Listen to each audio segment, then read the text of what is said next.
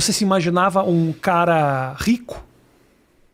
Isso foi uma busca para você? Não. No primeiro momento, não.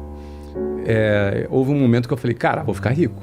Teve um momento que eu percebi assim, cara, daqui a um ano eu tô rico. Aconteceu esse momento. Mas antes, o que eu queria era a minha independência financeira para poder me casar com a Luciana. Que coisa. Essa era a minha primeira meta. Coisa louca. Era a minha primeira meta. E isso me impulsionou de um jeito, cara. Cara, eu morava no Jabu. Do Jabu até o centro do Rio, onde eu trabalhava, dava 2 horas de ônibus, cara.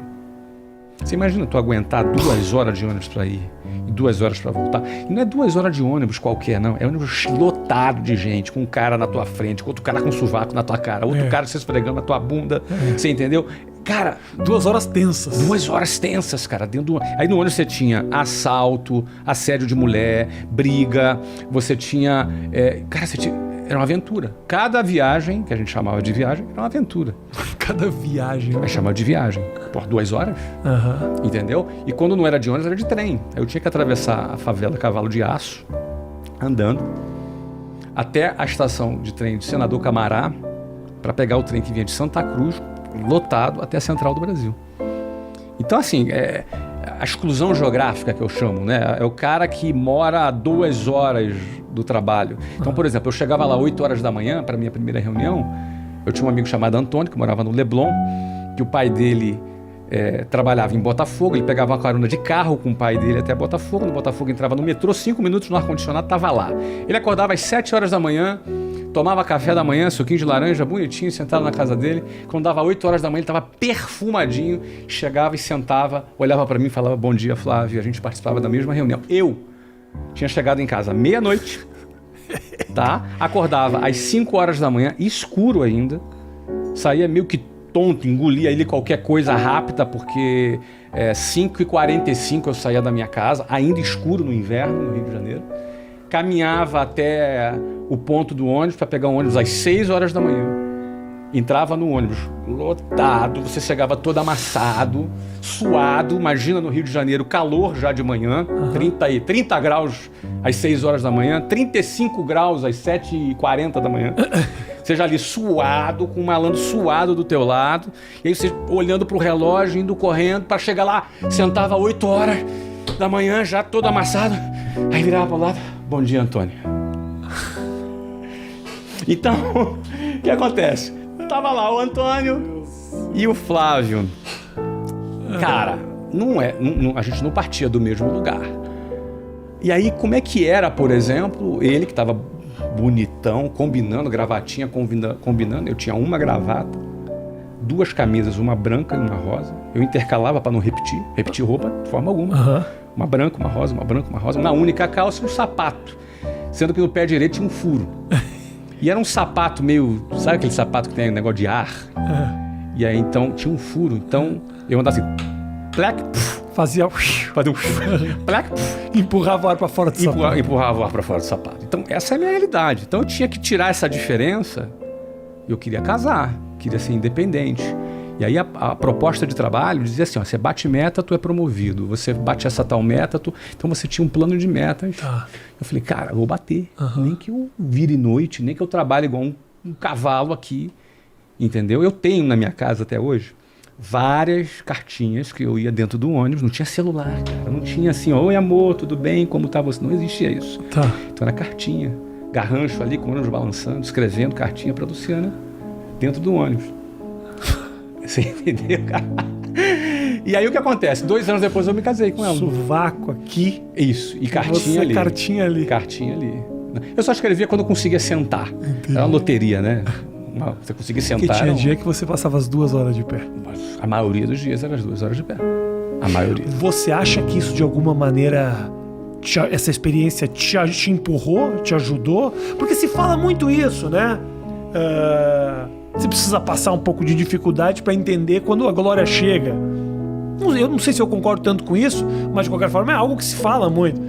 De alguma forma, isso te ensinou resiliência ali naquele momento. Porque você poderia ter desistido, você poderia ter feito algo mais simples, você tinha um objetivo muito claro. Mas você acredita que isso de alguma maneira te ajudou no fim das contas? Eu acho que me ajudou. Acho que na vida a gente decide aquilo que a gente quer. Mas em alguns casos é muito importante a gente decidir o que a gente não quer também. Sabe, o basta. É importante a gente ter aquele momento do basta. Tem mulheres que aceitam serem maltratadas e são maltratadas por muito tempo. Porque ela não deu basta. Às vezes não teve a coragem, está numa situação difícil.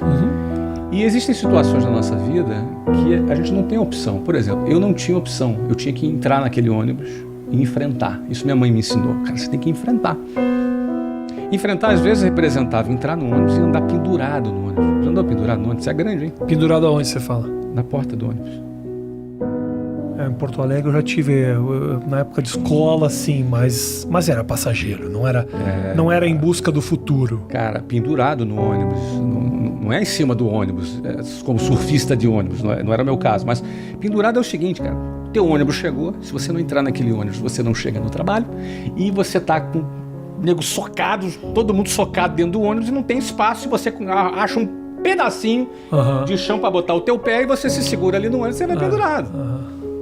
Entendeu? Então isso é a realidade de muita gente de periferia que está fora das zonas mais acessíveis, que eu chamo de exclusão geográfica. É a realidade. É horrível, é humilhante. É absolutamente humilhante essa situação do transporte público no Brasil. Então, o transporte público eu cito com muita frequência porque marcou para mim algo que eu me lembro dentro do ônibus, eu de dentro do ônibus, às vezes à noite. Quando eu digo ou à noite, ou então de manhãzinha, quando estava escuro do lado de fora, e eu olhava o reflexo, tem um vidro do ônibus, né?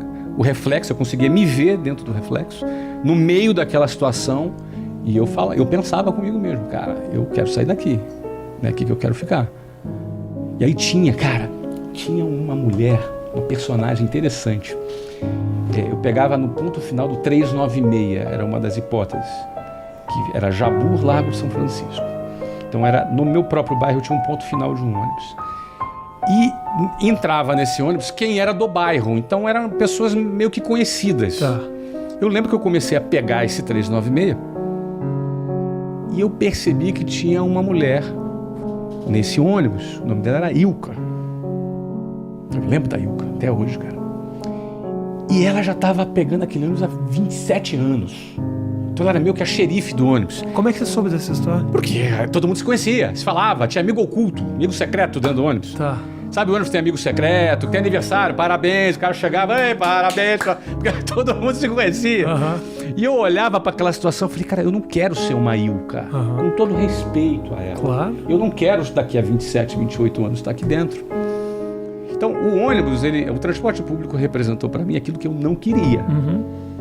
Aquilo que não queria. Então, isso me fortaleceu? Não. Acho que isso me incentivou a querer sair daquela situação. Então, a gente se motiva por ter prazer e não sofrer, né? Então, eu queria me casar, era uma coisa que me motivava. Queria sair de dentro do ônibus, também era uma coisa que me motivava.